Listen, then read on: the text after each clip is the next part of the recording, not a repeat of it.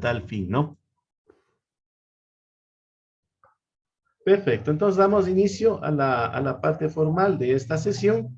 Y pues bien, como ustedes ya terminamos en la sesión anterior, los factores humanos dentro del sistema vial y de tránsito. En esta ocasión nos corresponde revisar el tema de las vías. Y por supuesto, el tema de las vías es el elemento material en el tránsito, ¿no? Sin él no podríamos hablar prácticamente de hacer tránsito en las ciudades, en las carreteras, en los caminos, dentro de las zonas urbanas y rurales a la vez también. Por lo tanto, hay que reconocer que el elemento material, primero son las vías, son los vehículos y por supuesto las señales de tránsito. En el tema de las vías terrestres, a estas los denominamos como un elemento adecuado, acondicionado para que circulen tanto peatones, ya vamos a ver por qué, vehículos a motor y no motorizados, animales inclusive, y por supuesto los vehículos de toda clase, ¿no? Se considera también a una vía terrestre, a una avenida, una calle, una carretera, un camino, todo lugar en el cual nosotros podamos realizar tránsito de índole o de carácter público o privado. Dentro de este tema tenemos que manifestar que las vías se clasifican en vías urbanas y vías rurales a la vez, ¿no? En este caso tenemos que decir que las vías urbanas se encuentran precisamente, como su nombre lo indica, dentro de los límites, dentro precisamente de la ciudad o donde hay población concentrada. Eso se considera urbano. La vía urbana, pues, se clasifica, por supuesto, en varios tipos, ¿no? Tenemos, por supuesto, por la estructura, en primer lugar, por la afluencia y también por el sentido de circulación. Eso en cuanto tiene que ver a la vía urbana. En el caso de la clasificación por estructura, tenemos que decir que denominamos calles y avenidas, o en lo que son las calles. Es la vía pública destinada para el tránsito de personas y vehículos dentro de una población y que se compone a la vez de aceras y calzadas, ¿no? Ya vamos a ver a continuación las partes que componen las vías. La avenida, por supuesto, también es una vía pública urbana, generalmente dividida por las islas de seguridad, que son también conocidas como parterres, ¿sí? Compuestas de dos o más calzadas, por supuesto, en dirección contraria pueden ser, y a la vez cada una de las calzadas también cuentan con uno o varios carriles de circulación. De acuerdo a la afluencia vehicular, que es otro de los tipos de clasificación de las vías, tenemos que se clasifican en calles principales y calles secundarias, o también conocidas las calles principales como longitudinales. Por ejemplo, en la ciudad de Riobamba me permito especificar calles principales o longitudinales: la calle Veloz, la calle Primera Constituyente, la 10 de agosto, la Guayaquil, Olmedo, para citar un ejemplo. En el caso de las calles secundarias, tenemos las transversales, ¿no? Digamos que estamos por el sector de la estación, la Carabobo, la Vicente Rocafuerte, la Pichincha, la García Moreno, la España, que es la del Parque Sucre, la Juan Larrea, la Cristóbal Colón, la Espejo, la 5 de junio y la Tarqui, que es precisamente en la esquina del edificio sindical, ¿no? Tenemos también que decir que las calles se clasifican por su sentido de circulación. En este caso tenemos de uno o de doble sentido.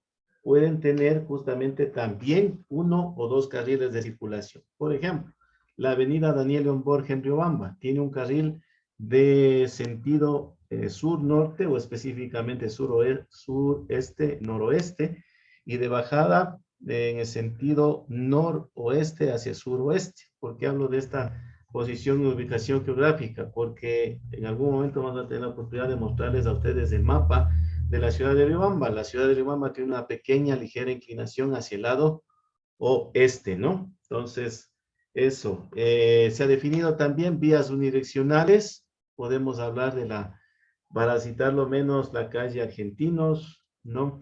Calles de doble sentido también dentro de la ciudad.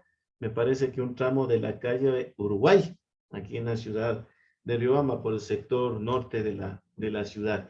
Eso para hacer un poquito más específico el tema de la especificación, pues, de las vías urbanas. Ahora bien, como les manifestaba, ¿no?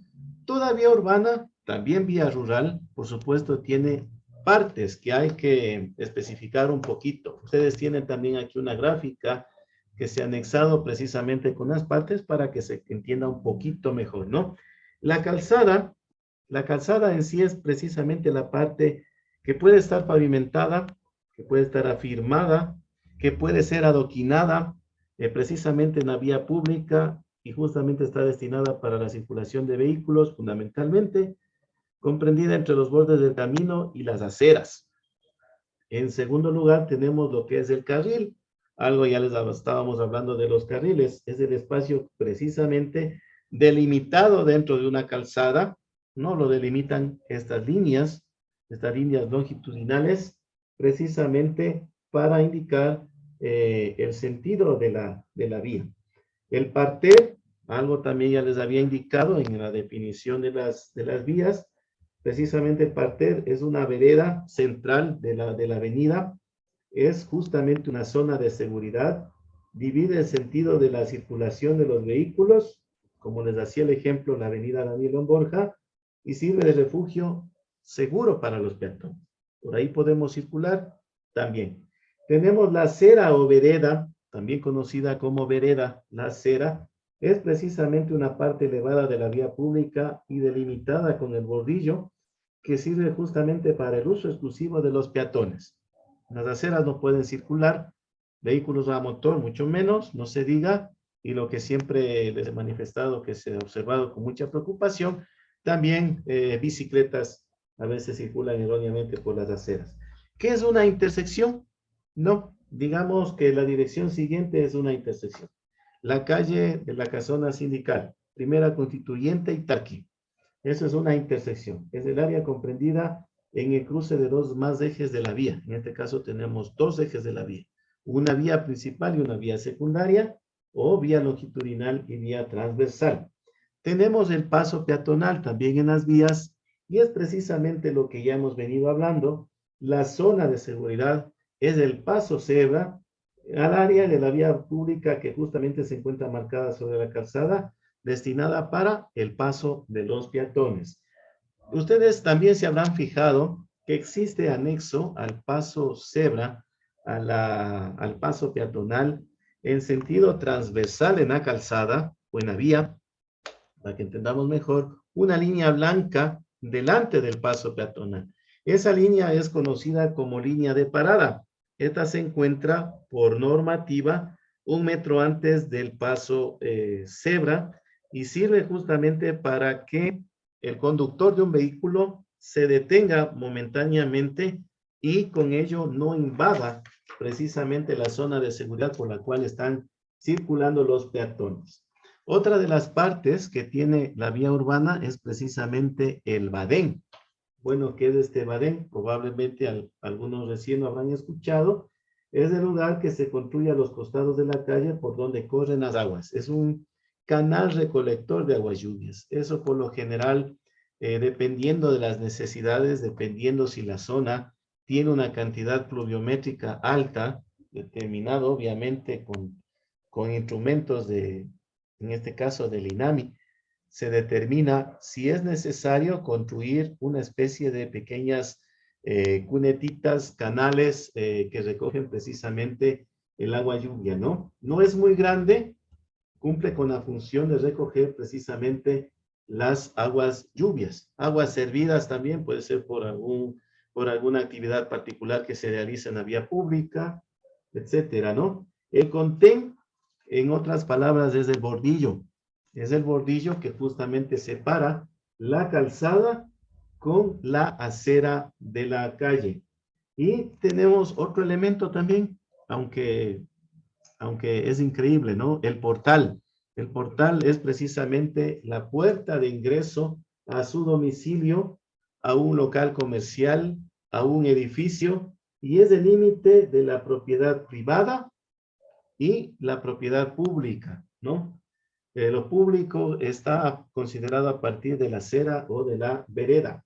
Tenemos también como parte de la vía que considerar el paso a desnivel.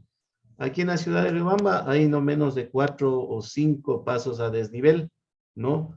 El de la Escuela Superior Politécnica de Chimborazo, el de la Universidad Nacional de Chimborazo, el del Colegio El Mundo Chiriboga, el de la Terminal Terrestre de Riobamba, y no sé si por ahí se me escapa uno más, ¿no? En la zona urbana son los únicos que tenemos. Y de pronto por la Panamericana Sur, en el sector de Calpi, también tenemos un paso peatonal.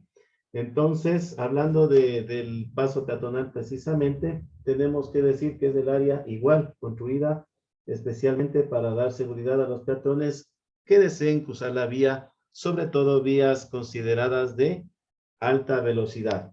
Tenemos otra de las partes componentes de las vías urbanas, la ciclovía, ¿no? Respecto de la ciclovía, manifestarles que esta debe ser especialmente acondicionada para el tráfico de bicicletas con una señalización horizontal y vertical correspondiente también, cuyo ancho debe permitir el paso seguro de estos vehículos. Obviamente yo tengo mis reparos, no ha de ser la primera vez que me han de escuchar, en el tema de la ciclovía que se implementó aquí en la ciudad de Riobamba. Para mí, totalmente desacertado. Una ciclovía no debe atravesar una ciudad. Una ciclovía no debe interponer la actividad comercial. Una ciclovía no debe reducir el espacio de circulación de los vehículos. Debe, por ende, tener, previo a su justificación, a su construcción, a su implementación, un estudio técnico debidamente sustentado y fundamentado, ¿no? Entonces, por eso es el pequeño reparo que yo siempre hago respecto de la ciclovía que tenemos aquí en Riobamba. Otro de los tipos de vía terrestre que tenemos precisamente es la vía perimetral, que son vías de descongestionamiento que se encuentran ubicadas fuera del perímetro urbano sin que sean consideradas como carreteras, ¿no? Están, como se dice, en un campo intermedio, sirven para un descongestionamiento, sin embargo, no son consideradas carreteras, ¿no? Acá, por ejemplo, en la ciudad de Riobamba, contamos con un paso lateral o vía perimetral, que es la avenida Monseñor Leonidas Proaño, sí, que une justamente la salida del control sur y del control norte. Y actualmente estamos viendo que no se está haciendo uso también de la misma, que los buses intra e interprovinciales están siendo desviados por otro camino que en lo personal observo que no cuenta con las garantías ni la infraestructura adecuada para este tipo de unidades que están prestando el servicio, ¿no? Sale aproximadamente por la Panamericana Norte, por el sector de Fapani, hasta el sector precisamente del intercambiador que hay acá en la parroquia de Licán, ingreso a Nitiluisa. Entonces resulta que es una infraestructura un poquito incómoda para aquellas personas que realizan este servicio, ¿no? Sirve para descongestionar una vía perimetral en teoría, por supuesto, para transportes de carga pesada, transportes de carga de pasajeros que justamente no tienen su destino final aquí en la ciudad de Riobamba, ¿no? Qué sé yo, el destino sea Guayaquil, Quito o Quito, Cuenca, entonces no tienen por qué ingresar dichas unidades hacia la zona urbana del cantón. Las vías rurales, de la misma manera que la vía urbana, hay que considerarlo, su nombre lo dice, están fuera de las ciudades o de los límites urbanos. Igualmente son de doble sentido de circulación. Estas a su vez se clasifican internacionales, nacionales, regionales y locales, o también conocidas como vecinales. Bueno, ¿cuál es la carretera internacional? Aquella que comunica dos países fronterizos. ¿Cuál es la carretera nacional? Aquellas que sirven para comunicar los puntos más importantes de un país y recorren grandes distancias dentro del mismo. Puede unir cabeceras provinciales, cabeceras cantonales, ¿sí? De hecho, eso es la Panamericana Norte, la conocida como E35. Tenemos las carreteras regionales, que son, en el caso del Ecuador, las que comunican una población con otra de la misma región. Tenemos troncales amazónicas, que ya vamos a ver un cuadro, un esquema de cómo están constituidas. Y finalmente, en el orden jerárquico, tenemos las carreteras locales o vecinales, que sirven para trasladarnos de una población hacia lugares un poquito más alejados, ¿no? Que no son precisamente aquellas que están en la cabecera, ¿no? Comunidades, parroquias, recintos, en el caso de la zona costa, que así se denomina. Tenemos igual, en la forma análoga del caso de las vías urbanas, tenemos también las vías rurales, sus partes, ¿no? En el caso de la calzada, ustedes escucharon la parte pavimentada, probablemente acá las vías rurales ya no sean adoquinadas o asfaltadas, sino sean solamente afirmadas, ¿no? Con este material conocido como lastre o empedrado, ¿no? Comprendida entre los bordes del camino y vermas destinadas precisamente a la circulación de los vehículos y también casos ocasionales animales. Tenemos lo que es el carril de circulación, que es el espacio que se ha delimitado dentro de la calzada, al tránsito de una o varias columnas de vehículos en este sentido. Cruce, más o menos es algo similar a la intersección en la zona urbana, y por supuesto es cuando se intersectan dos o más vías de uso público o puede ser privado también, ¿no? Este tipo de cruces lo encontramos en los pasos laterales, hay ingresos a ciertas comunidades, ingresos en las zonas industriales que están en la periferia de las ciudades, y por supuesto también hay que considerar de las características, más que partes de una vía, yo le considero características lo que son las cuestas, son tramos de vías con gradientes donde la calzada podemos observar que se inclina. Tenemos la berma o espaldón o andén, que sirve precisamente para, es una faja lateral adyacente al camino y sirve precisamente para la circulación de lo que son ciclistas, peatones, o puede ser una zona en la cual se utilice para una parada de emergencia de los vehículos, ¿no? Ustedes sí se habrán fijado que en las vías existe la línea blanca que delimita el carril y un espacio, una franja longitudinal que puede estar cercada por vegetación simple o por lo que se conocen como guardacaminos, que son esas vallas metálicas que justamente sirven para el caso de circulación de los vehículos pequeños, livianos, ¿no? Y también para hacer una parada de emergencia, un cambio de neumático, un descanso. Obviamente se les recomienda a ustedes que hagan el descanso en una parte de la trayectoria recta. Cunetas, justamente son aquellas estructuras construidas justamente para acarrear lo que es el agua lluvia en el caso de las carreteras y esta no ingrese hacia la calzada mismo, ¿no? Obviamente se hace un pequeño, se conoce como bombeo, la pendiente que de la parte central de la vía le lleva el agua hacia los extremos que son conocidos como cunetas. Estas cunetas obviamente van a alimentar alcantarillas y estas alcantarillas van a tener un desfogue natural por quebradas o por desfogues que se los construyó también artificialmente y por supuesto van a permitir que nuestras carreteras no se deterioren con aguas de arriba y con aguas de lluvia, ¿no? En la vía también tenemos que considerar que hay tramos rectos y hay tramos curvos. En el caso de los tramos rectos, que sería lo ideal conducir, ¿no? Para nosotros, para no tener sobresaltos, es el tramo donde no cambiamos de dirección, ¿no?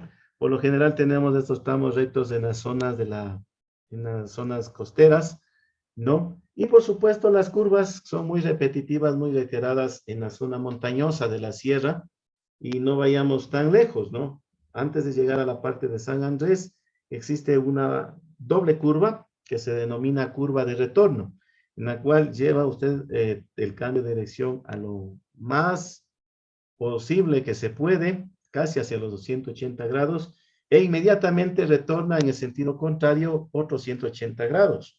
Ese es el caso más extremo de una curva, ¿no? Hay que tener mucho cuidado cuando se conduce en ese tipo de condiciones. Eso en el sector de San Andrés para ejemplificarles un poquito. Tenemos que también hay curvas de reducida visibilidad. También afortunadamente tenemos a la mano información. Si usted ha viajado hacia la zona austral del Ecuador, hay un sitio donde permanentemente hay una caída de neblina, presencia de neblina, precipitaciones permanentes. Estamos hablando del sector entre Tixán y hasta Shud, ¿sí? En esa parte, por lo general, la tenemos presencia de neblina, donde la configuración no nos permite ver el ancho de la calzada total, no podemos ver a veces los vehículos que circulan en sentido contrario, también no podemos ver lo que circulan detrás nuestro, por lo tanto, ahí hay que guardar muchísimo cuidado para hacer maniobras de seguridad, por ejemplo, cuando cambiamos de carril, ¿no? Hay que tener muchísimo cuidado cuando estamos circulando en esas condiciones, en esa circunstancia. También tenemos que hablar un poquito respecto de la rasante, del cambio de la rasante. Y la rasante es una inclinación que tiene o sufre la vía sobre una línea horizontal imaginaria que nosotros le lanzamos, ¿no? Vamos por un trayecto y de repente sentimos que estamos pasando por una especie de hondonada, ¿no? Especie de sifón también se le llama comúnmente, en el cual hemos descendido la altura, ¿no? Por lo tanto, también hay este cambio de rasante de visibilidad reducida de la misma manera, en la cual se pide a los conductores que realicen las maniobras con seguridad. Ya son temas que a veces guardan configuración con la misma geografía, la misma topografía del terreno, accidentes geográficos precisamente que limitan que en ese sector se construya con condiciones totalmente adecuadas para los vehículos, ¿no? Por lo tanto, hay que guardar muchísimo cuidado. En las vías rurales también tenemos las ciclovías, ¿no? Que pueden ser implementadas dentro de estas bermas o espaldones que les decía yo. Y por supuesto, aquí hay que especificar, hay que acondicionar para el tráfico a bicicletas. Me parece, si no estoy equivocado, que esta ciclovía totalmente identificable ahí en la vía La Costa. Y finalmente tenemos que hablar de las autopistas, ¿no? Las autopistas son precisamente la vía de varios carriles separados por parterre central, sin cruces y nivel, con acceso regulado y estacionamiento prohibido. Se prohíbe totalmente estacionarse precisamente donde nosotros tenemos las autopistas, ¿no? Son vías de alta velocidad, de circulación de alta velocidad. Y pues bien, acá está la parte pertinente que yo les había manifestado. Nos vamos a robar un par de minutitos del tiempo extra, ¿sí? Y tenemos que decir que justamente las vías terrestres, como ustedes pueden observar, es el elemento acondicionado para la circulación peatonal, vehicular y animal, como lo habíamos dicho. Se les anexa a ustedes un cuadro de la red vial del Ecuador, en el cual nosotros, de acuerdo al inventario que realizó el Ministerio de Transporte y Obras Públicas, nos indica que en el Ecuador tenemos 43.197 kilómetros con 370 metros, ¿sí? Tipo de las vías, desde la más importante, clase 1, clase 2, clase 3, clase 4 y clase 5. Clase 1 son los caminos primarios, clase 2 caminos secundarios, clase 3 caminos terciarios, clase 4 caminos vecinales y clase 5 los caminos locales. No basta con esta información, hay que reconocer y recordar, por supuesto, claro está, que nosotros nos habremos topado con esta simbología, con estos escudos de este color, ¿no?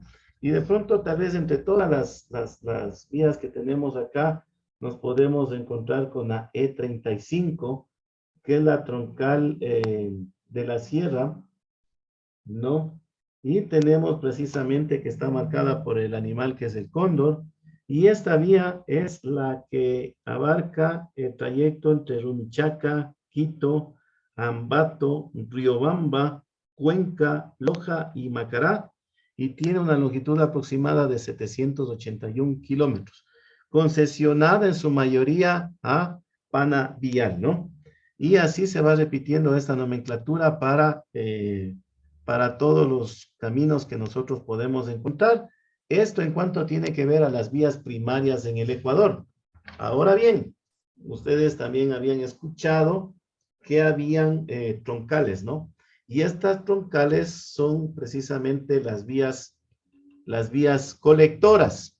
En el caso de las vías colectoras, no sé si tal vez nosotros hacemos referencia, tal vez a alguna conocida por la cual hayamos estado o hayamos circulado, ¿no? Probablemente vamos a ver en la zona de la vía colectora Milagro Bucay, ¿no? Esta es la E485, tiene o viene desde Milagro, Naranjito, Bucay, y tiene una longitud de 61 kilómetros, ¿no? En la zona costera. Hay también una vía colectora conocida como Cuenca, Puerto Inca, Cuenca, que nos indica que tiene una longitud de 119 kilómetros. Entonces, cuando nosotros nos encontremos con esta nomenclatura de color azul, sabemos que se trata de vías primarias. Y cuando nos encontremos con esta nomenclatura de color verde, sabemos precisamente que son aquellas vías colectoras, ¿no? Por tema de tiempo, vamos a dar finalización en esta jornada.